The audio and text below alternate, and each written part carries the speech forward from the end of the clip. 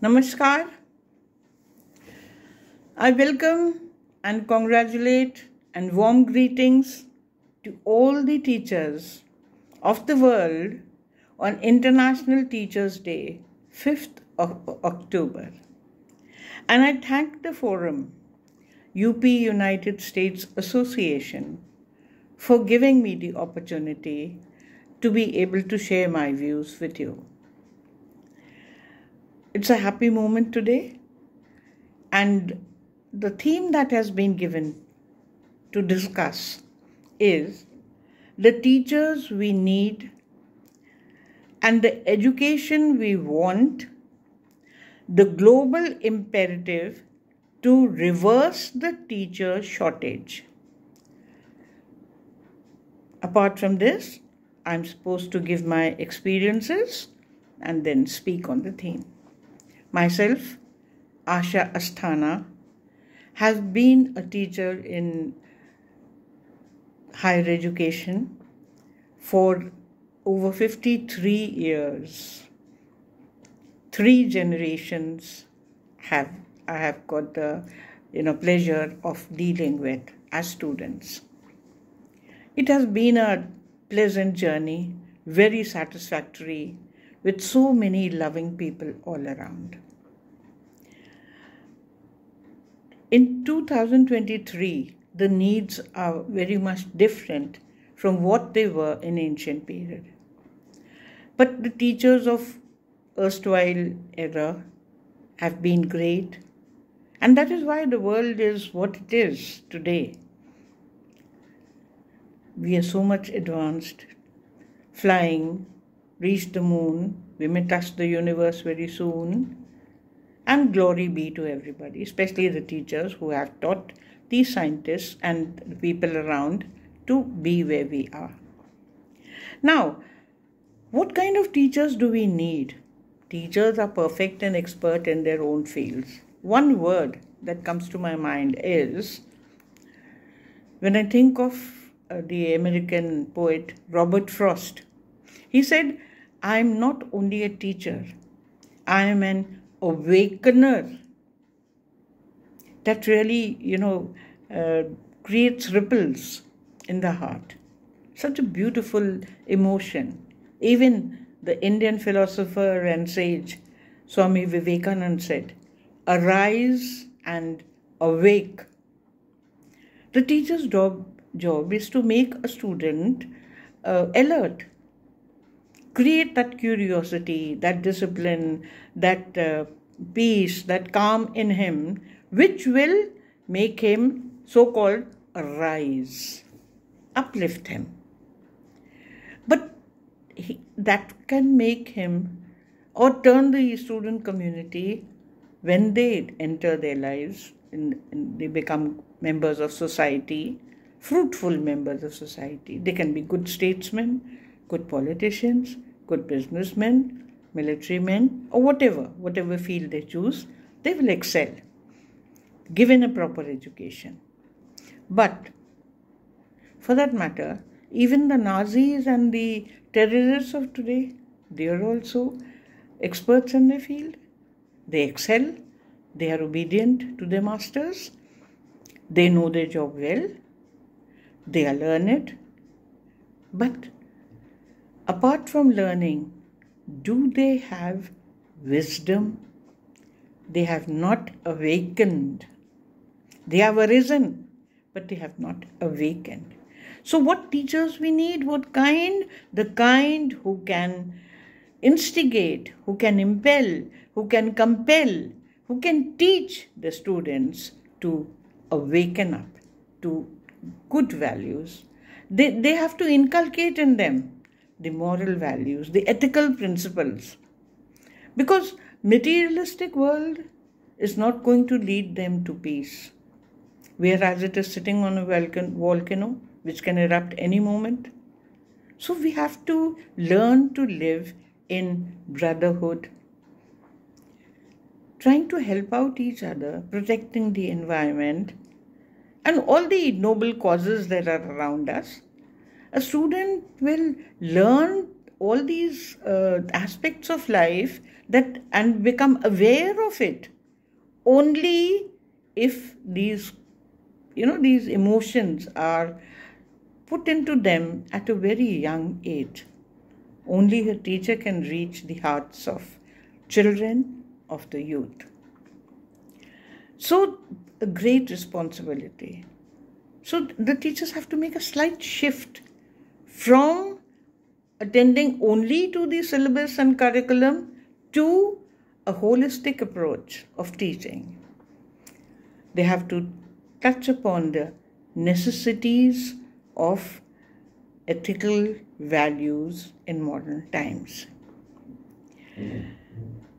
And regarding the point, education we want. Obviously, we want an education which is going to help us make not only better statesmen, but noble citizens. And for that, we need to be more compassionate, a thorough, peep into the hearts.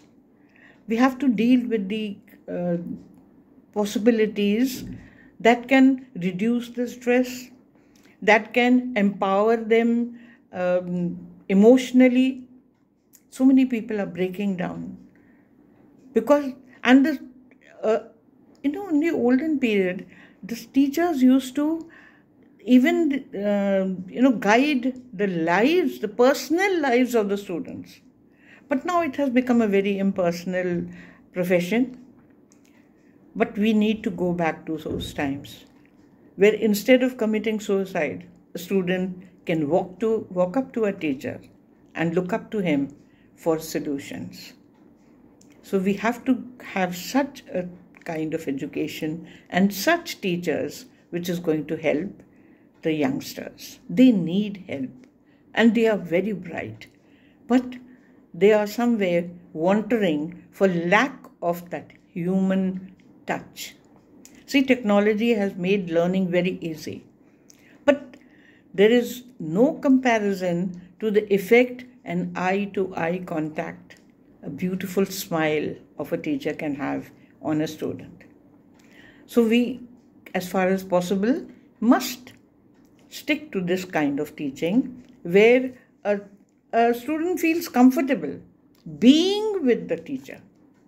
As far as sharing my experiences is concerned, I would like to just make a small point. I'm an octogenarian now.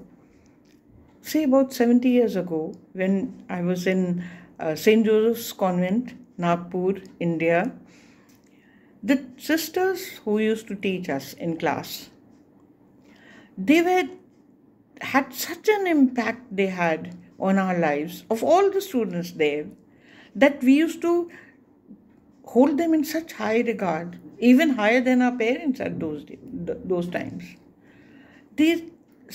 The words, the way they spoke, it was cotton soft and candy sweet. The smile, the glow in their eyes, it all attracted you to be affected by each word that they said. And now, 53 years as a teacher in a graduate college, and later on in the law faculty and many other places, when I'm at the other end, I have the same feeling, but the roles have reversed. When I walk into my class, I see the glow, the pleasure, the glitter in the eyes, the smile on the faces of my students. The respect and honor they have for you, the love they have for you is also evident. And why is it so? Because you yourself have to prove that you can reach out to them, solve their problems, discuss their issues, try to be helpful as far as you can. Because, learning alone is not enough. It has to be followed, or the outcome should be to become wise.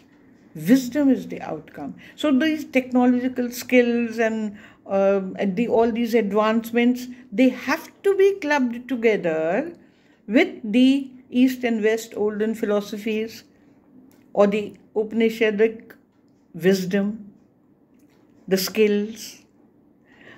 And what Vivekananda said when I was just telling you, arise and awake, these two words have got universal dimensions. It applies to every human being on this earth, and it touches the heart somewhere.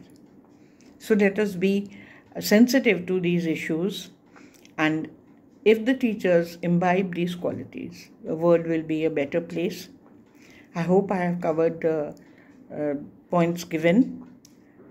As far as teacher shortage is concerned, if more respect is given to teachers, if the job becomes more lucrative, which it is, but we have to inculcate in them a sense of pride. I am very proud to be a teacher. All my life I have been one, and I still continue to be one.